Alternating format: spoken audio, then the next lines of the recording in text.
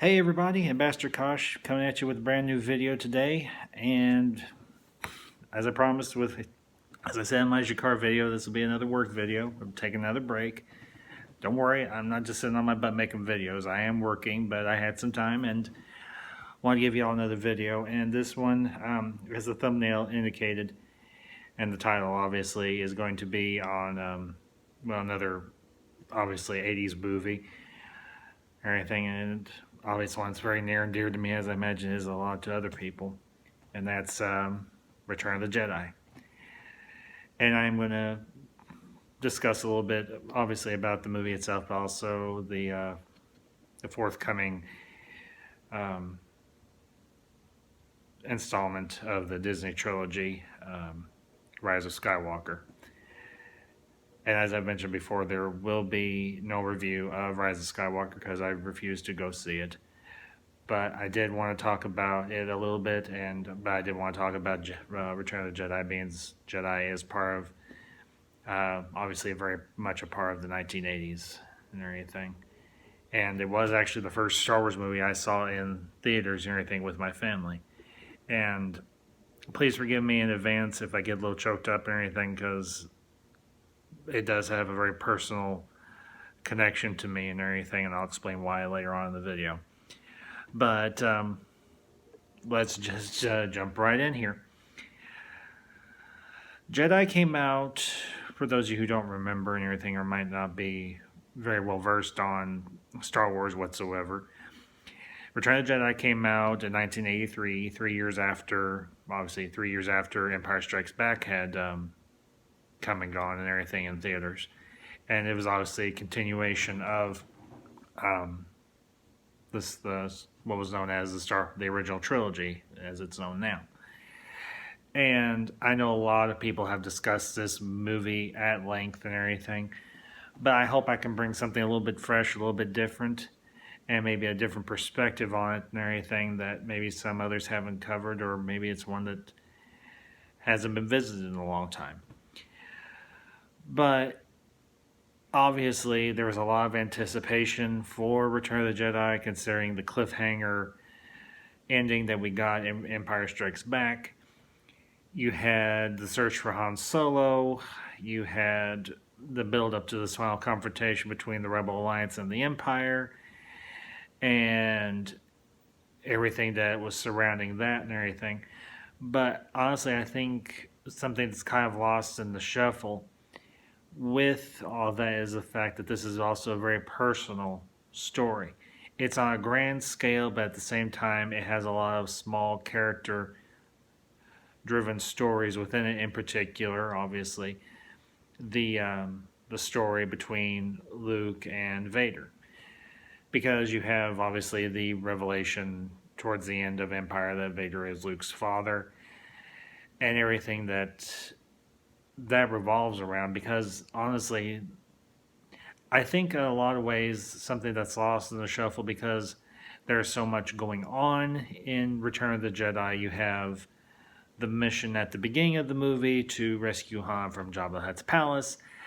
I know there is some people that have done videos and everything, in particular how it should have ended, who did a video and everything, who very much simplified the whole story and everything. And I will say, if none of you have checked out the How It Should End videos on the Star Wars movies, all 6, I think, no, they've done all 8 thus far, and they have done, I think they did, I know they did Rogue One, but I don't know if they did one for Solo or not. But I definitely suggest you give them a check. If you check them out, if you're familiar with them, just look up How It Should Have Ended. It's actually one of the first channels I discovered on YouTube and everything that did stuff like that. But kind of getting back on track here. The main thing I want to talk about in regards to Return of the Jedi is the story dynamic and everything of the relationship between Luke and Vader, and the people that are connected to that relationship, specifically Obi-Wan, Yoda, and Leia, or Princess Leia. Because we don't see this on screen at any point, but it is alluded to and it is explored a little bit in the 90's story that the 90's book that they wrote and everything, Shadows of the Empire.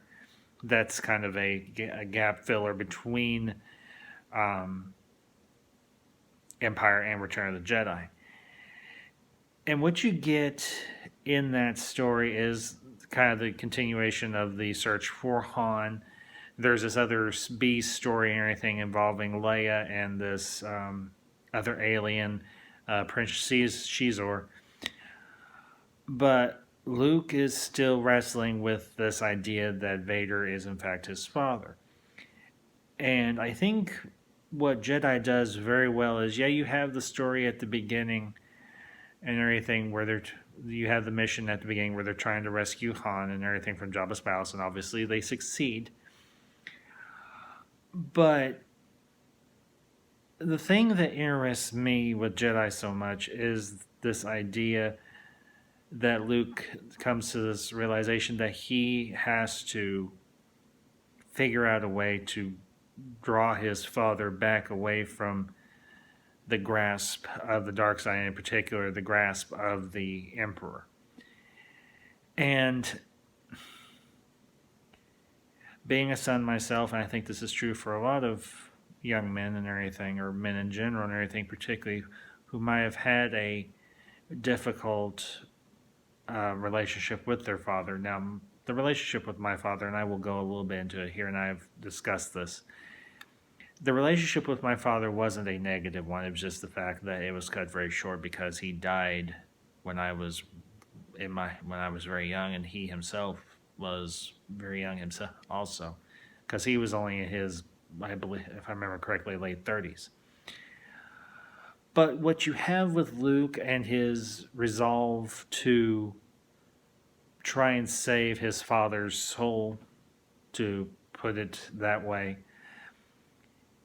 is something that I think resonates with a lot of people, both sons and daughters. I don't want to give the idea that daughters might not have a difficult relationship with their fathers as well. Obviously, most people do. But you have Luke very resolved, very resolute in his mind that he is going to do whatever it takes to save his father's life, to bring him back from the grasp of the dark side, to bring him back from the grasp of the Emperor's manipulation. And you finally get that first exchange there on Endor and everything when the rebels, when Han and the rest of the team and everything land on Endor, and Luke allows himself to be captured. But you have that brief exchange before that between Luke and Leia and everything there on in the Ewok village and everything. And Luke divulges the fact that Vader is in fact his father, and then he divulges to Leia that he is in fact her brother. And you see that expression on Leia's face, and you can't help but feel very deeply for both of them, because this is a very vulnerable, very raw moment for both of them. Luke has divulged his parentage to Leia, and now he has divulged the fact that she is in fact his sister. And that is such a hard-hitting moment that I don't think they really, obviously they couldn't give a whole lot of time to that moment. And that's honestly one of the moments I want to explore in this video, because it's honestly, I relate to that moment very, very personally myself. Because, sorry, as I said, this one's going to be a little more personal for me. But that is such a heavy, personal moment between Luke and Leia. And I almost wish that scene in particular had been longer, because obviously they've got a story they need to tell, and they can't give a whole lot of time and, well, a lot of screen time to it. But you see on Leia's face the realization that not only is Luke her brother, but who a lot the one person in the universe that a lot of people regard as very evil, very dark, very sinister character is in fact her father as well. And Luke tries to give her this news as sympathetically and empathetically as he possibly can. And he tells her that he has to go off and try and save Vader, and in her mind this makes no sense. She tells him that he should run away. That if Vader can sense his presence there on Endor, that he should just leave. But Luke is like, I can't run away from this. I have to try and save him. He's my father. I love him, even though I know what he is. And that's very much echoed earlier in the scene and everything between Luke and Yoda and Obi-Wan there on Dagobah. When Obi-Wan tells him, you must face Darth Vader again and you must kill him. And Luke's like, you're asking me to murder my own father. I can't do this. I have to try and save him. And Obi-Wan's like, well, you are our last hope. And then Luke tells him, well, Yoda spoke of another. And Obi-Wan divulges, obviously, the revelation that Leia is, in fact, Luke's sister. And I think having a mentor tell you that you have to go off and murder your father, and that the fact that the state that Anakin is in is due in part to the actions, or in this case, inactions of Obi-Wan, is directly his fault. And now Obi-Wan's telling him, well, you've got to go finish the job that I couldn't finish. I don't want to throw shade on Obi-Wan here or anything, but telling a son that he has to murder his own father, I think, is somewhat despicable. And I might be reading a little bit of my own personal feelings into this, but I cannot help but do so because Return of the Jedi is a very personal movie for me. And I think it is for a lot of people, as I've just mentioned. But just those two short exchanges between Luke and Yoda and Obi-Wan and Luke and Leia, and then eventually Luke and Vader, carries so much weight and depth in it that honestly it can carry its own video, and that's why I'm wanting to talk about Return of the Jedi here, because if you notice in the film, in the poster art, you have Vader kind of in the background behind Luke, and I think that was honestly done deliberately. And then obviously you've got Han, but at the bottom you've got Leia, but you have Luke standing in between Vader and Leia, which is honestly what ends up happening towards the end of the movie in that last confrontation, that last lightsaber duel between Luke and Vader, when Vader threatens to try and lure Leia to the dark side, and Luke goes into an absolute rage because this is a very raw moment for him. He has just realized that this woman that he's been around for all these years is in fact his sister, and now you have their father threatening to try and manipulate and, if necessary, torture Leia into turning to the dark side. And Luke is going to do everything within his power to prevent this. Because yes, this is his father. Yes, he does love him, but in that moment, all of that gets brushed away. And I think that's honestly a very human moment. And I think it's something that a lot of people can relate to. Because the dynamic of children relating to their parents is a very heavy one. And it's, as George Lucas has said with the prequel trilogy and original trilogy, this is very much a story of fathers and sons. And I honestly very much agree with that.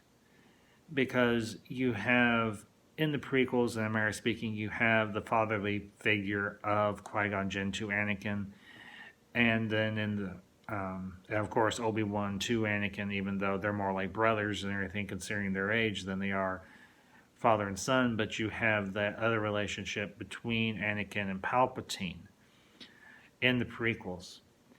And then later on in the original trilogy, you do have the revelation of Vader being of Luke's father and obviously Leia's father as well. But the thing for me is, you obviously have that resolution at the end of Jedi where Vader throws Palpatine down into the reactor shaft of the Death Star and destroys him. But then you have that very heartbreaking scene. It's a bittersweet scene and everything there in one of the hangar bays of the second Death Star, where Luke has drug his father's body to that ramp and everything of an Imperial shuttle. And not at this point, it's not Vader, it's Anakin talking. Because Anakin has renounced his other persona. He has renounced the Vader persona. He's Anakin Skywalker again. And you have Anakin implore his son, I want to look on you in my last moments with my own eyes, not with these robotic eyes through this robotic mask, this very dehumanizing mask. And I think the musical beats there, where you have the Imperial March being played very softly, very gently, not bombastically or with a big thing. And you have Luke look at his father and say, I'm not going to leave you here. I am going to save you.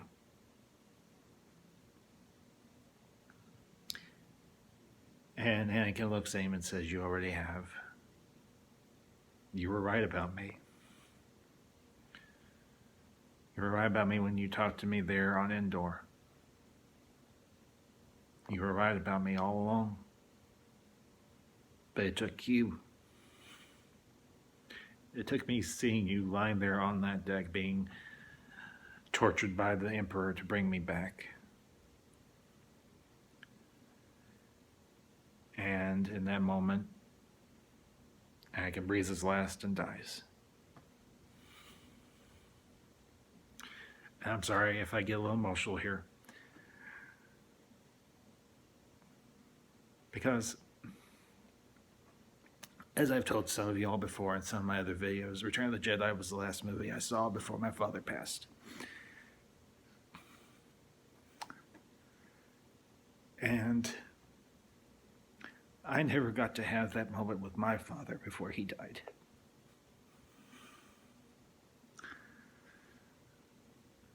So every time I watch Return of the Jedi, and I remember that moment, that last movie we got to see together as a family, me and my father and my mother. And you see everybody celebrating there on Endor, and you see Luke off by himself in proper Jedi fashion, burn the body of his father.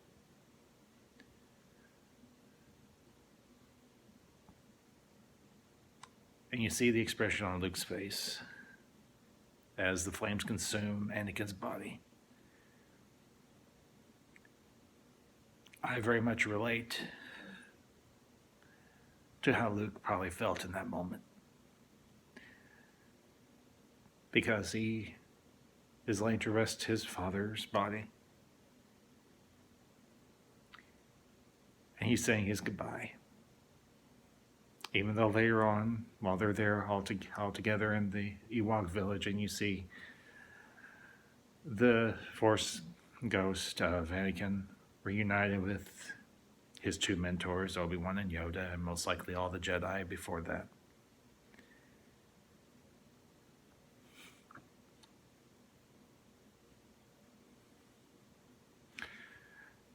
And I remember sitting with my father for the first time when I was a very young man watching episode 4. anything on TV.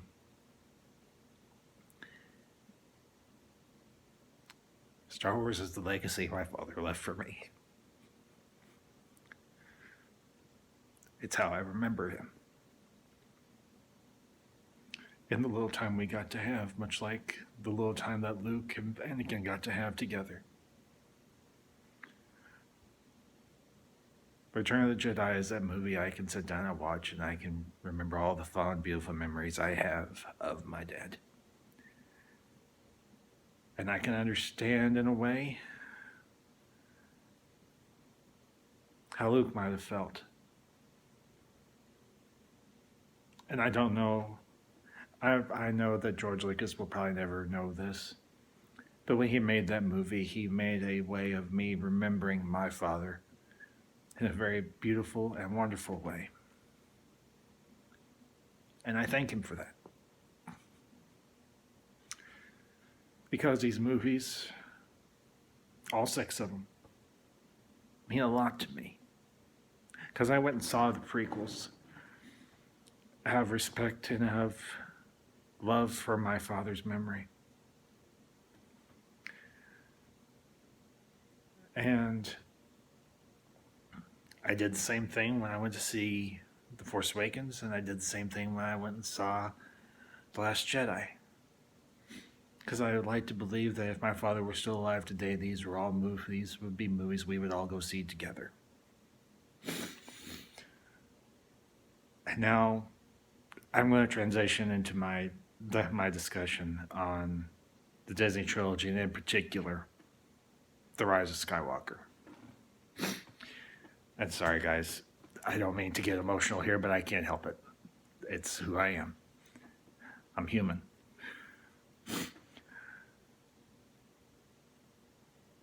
When I see what has happened to this franchise that means so much to me and to a lot of people, but I'm speaking of myself particularly here.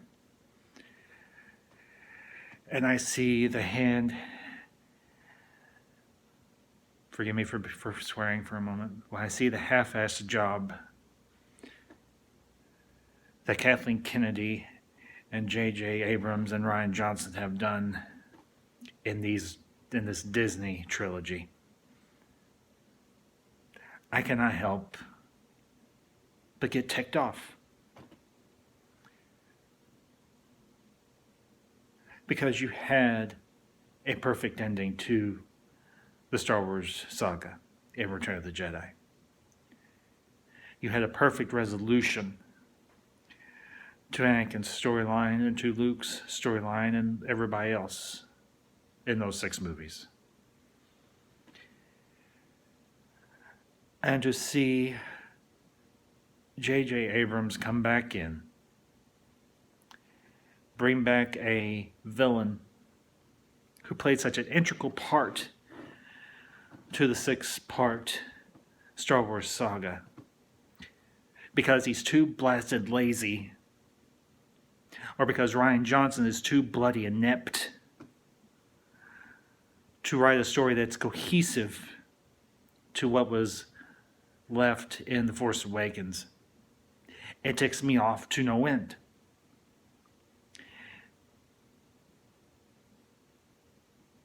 Because that's quite frankly what has been done. The Rise of Skywalker is a joke. It's not the conclusion of the Skywalker saga. The Skywalker saga ended in Return of the Jedi. The Disney trilogy is a joke. It is a dumpster fire. And I hope that in time it fades from everyone's memory. That copies of it sit with dust collecting on store shelves. That people sell their copies of it that they have on Blu-ray or DVD or whatever. That it goes unwatched and that it's forgotten.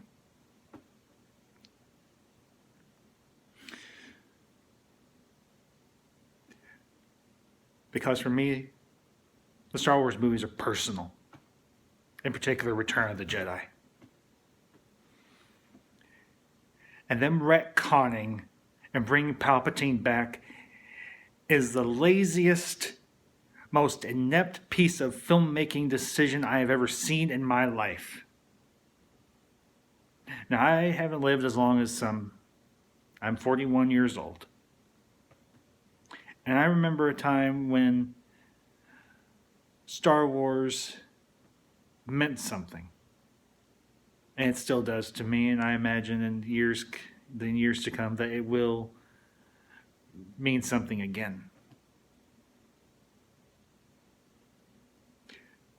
But this last movie has nothing to do with the original 6 movies. Not a thing. It is a fan fiction and a bad one. It is written and directed by an utter incompetent.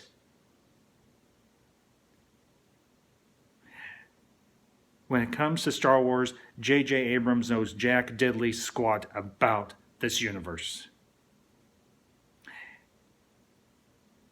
He's a cinematic hack and a cinematic mercenary. He was brought in because they thought, because he had good name recognition with the general public, and that he kept saying, well, we're going to go back to basics with Star Wars. We're going to use practical effects and very little CGI and all this other BS. That people would buy it, hook, line, and sinker. And unfortunately, we did. As a Star Wars fan, I did. I bought it, hook, line, and sinker. I was psyched for Episode 7. But when I heard a few months ago, or a year or so ago, that they were bringing Palpatine back as the villain for The Rise of Skywalker, I shook my head in disgrace and disbelief. The only reason they are bringing Palpatine back is because they don't believe that Kylo Ren has enough weight as a villain, because he has been so badly written that he can't carry the movie on his own as the main villain. J.J. Abrams and Kathleen Kennedy and those idiots at Lucasfilm have no original ideas rattling around in their heads. They are trying to get the Star Wars fan base and the general public to come back in to see Rise of Skywalker by any means necessary, by tugging on every string of nostalgia that they can find. They've brought back Lando, and they'll probably kill him off if the rumors are true. They brought back Palpatine just to kill him off again. And I, for one, am disgusted. And yeah, I know it's just a movie for a lot of people. But for me, it's personal. Now, I'm not saying it's a personal attack, but these movies mean something to me personally. This is part of my childhood. This is part of my life. This is part of how I hang on to the memory of my late father. And this movie, The Rise of Skywalker, it's a joke. It's a disgrace. Because J.J. Abrams set up all these story threads, and then Rian Johnson, and I don't care how much money Knives Out makes, Rian Johnson is a hack. He is a joke. I will not give that man 1 cent of my hard-earned money for any project that his name is attached to. And that goes for J.J. Abrams as well. He got his last ounce of money out of me in The Force Awakens.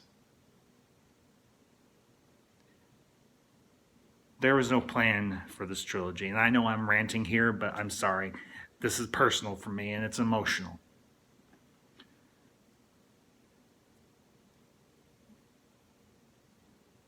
I won't go see it. And for any of you who have any fond memories of the original movies,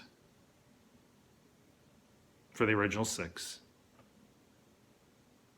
Ask yourselves, if you haven't already, do I really want to go see this movie and see what George Lucas competently and efficiently and honestly, in my personal opinion, beautifully concluded in Return of the Jedi? Ask yourself that question. Is it worth going to see this most likely dumpster fire of a movie? I won't. Out of general principle, but more importantly to me, I have memory for my late father. Because I think, and I knew my father relatively well. If he had been alive to see The Last Jedi, he would have said, "What the hell is this?" That was not Luke Skywalker on the screen. This is not Star Wars.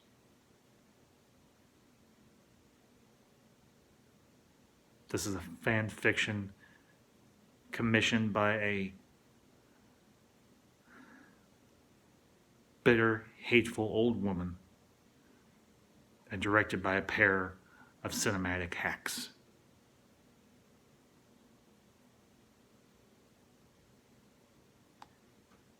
So,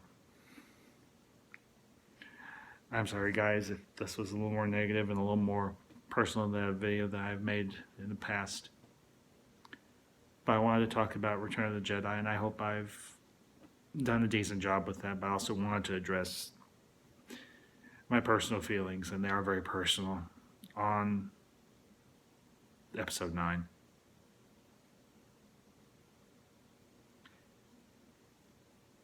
This is my personal position. I have no intention whatsoever of going to see it. None. Zero. But that's how much I love my father. And that's how much the original 6 movies mean to me. As so many have said before, 9 to 9. Yeah. Anyway, guys, if you're brand new to my channel, as always, like and share, and definitely subscribe if you like my content. You can reach me on Twitter at Rogue5778. And until next time, this is Ambassador Kosh, signing off.